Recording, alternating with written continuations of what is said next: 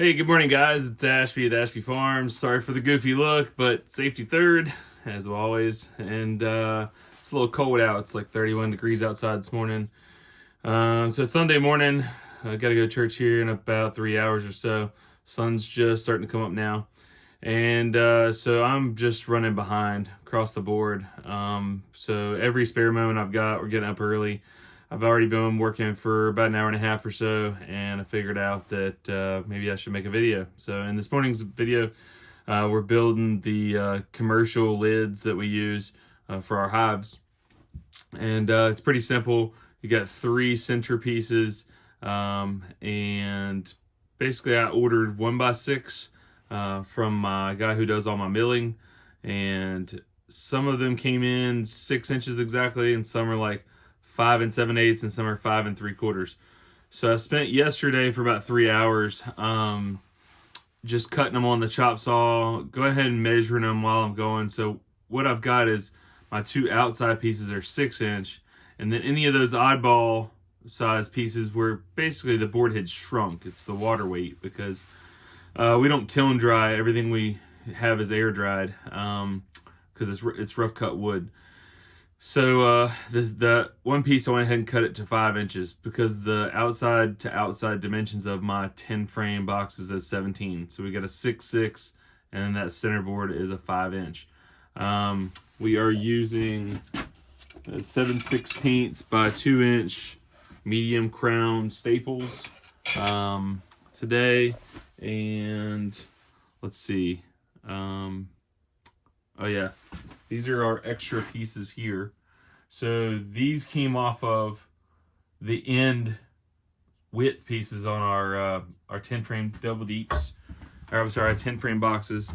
This is the length piece, so this is scrap, and like I don't waste anything. So cut these 20 inch pieces down to 17 for the width, and then this other stack here, these are already 15 from the width, so the handle side of the box on either end. All right, guys, so one thing that's important is to have a nice flat bench. Imagine that this is the inside top of a 10 frame box. So it doesn't matter our thickness of the board here. We want to make sure that this side matches flat on here.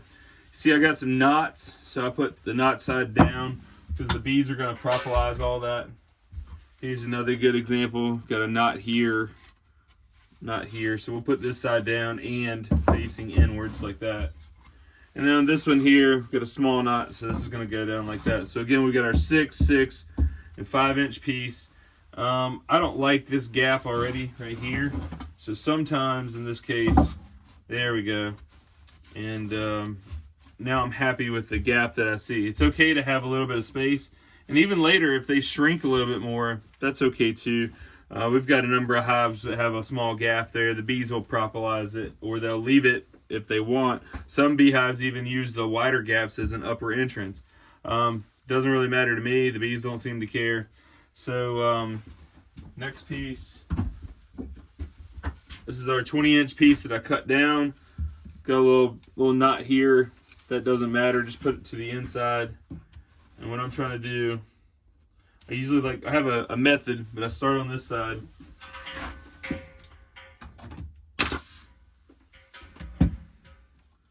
Get that one going.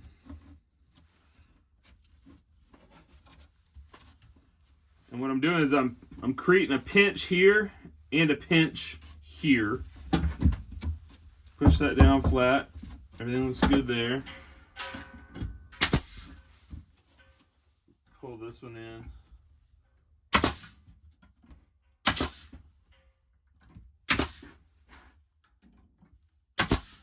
All right, so that's together. Bring this over here and show you what I'm seeing from up top. So you end up with a little gap, because these pieces, they don't want to stay straight. They want to kind of splay out. But what we end up with here is 2 in each. So we got 2, 2, and 2. So flip this over. I'll let this edge hang off, but again, our goal is right along this edge here. We want these 3 bottom pieces, no matter the thickness of the board, to line up.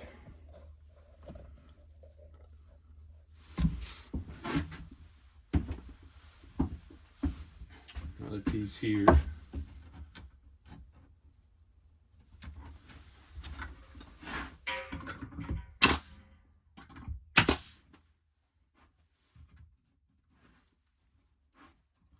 Sometimes this thing's got a hair trigger on it. Sometimes it double taps. And in this case, where they don't want to tighten up,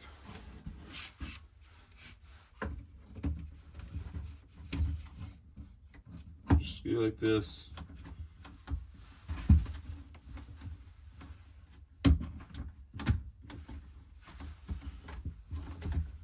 All right, so that's as good as it's going to get.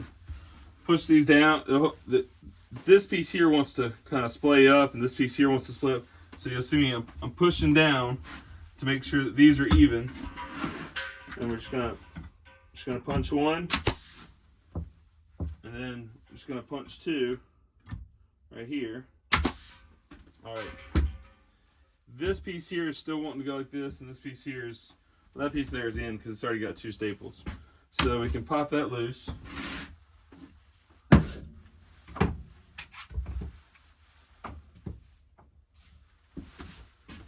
Now we come along, we can just use this piece here, pull that down, that, and that. Once you get that, so if we look across the bottom here, all this is now even here. Where I double tap that, we're going to stop and take that out, make that right. I don't want to be in the bee yard 10 years from now getting snagged. Channel locks. You can fix anything with channel locks. Alright, so flip this over. Now this piece here, so currently these nails keep these pieces from going up and down. We'll put this piece on here like this, and we're going to put 4 on this side and 4 into this piece, 4 into these 3 pieces.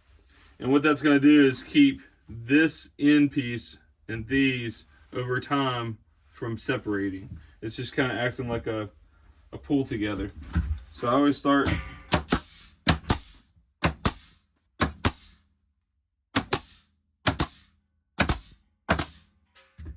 one side, see the 4.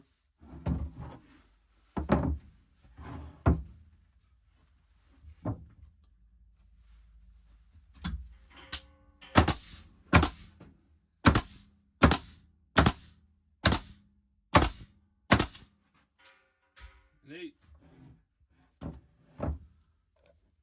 So guys, that's a wrap. That's how we make our commercial 10 frame lids. I'll give you a little time lapse here shortly. If you like this build this morning, please subscribe, comment, and like. Whenever you do that, it helps my channel grow with the YouTube algorithm. So if this helps you in any way, please help me back. Just hit me a subscribe and a like. I really appreciate you guys watching at home. And if there's anything I can do to help you in your personal journey of growing out your bees, or in any way, message me, Facebook Messenger, on YouTube. I've met quite a few great beekeepers just from YouTube. So anyways, guys, thanks for watching.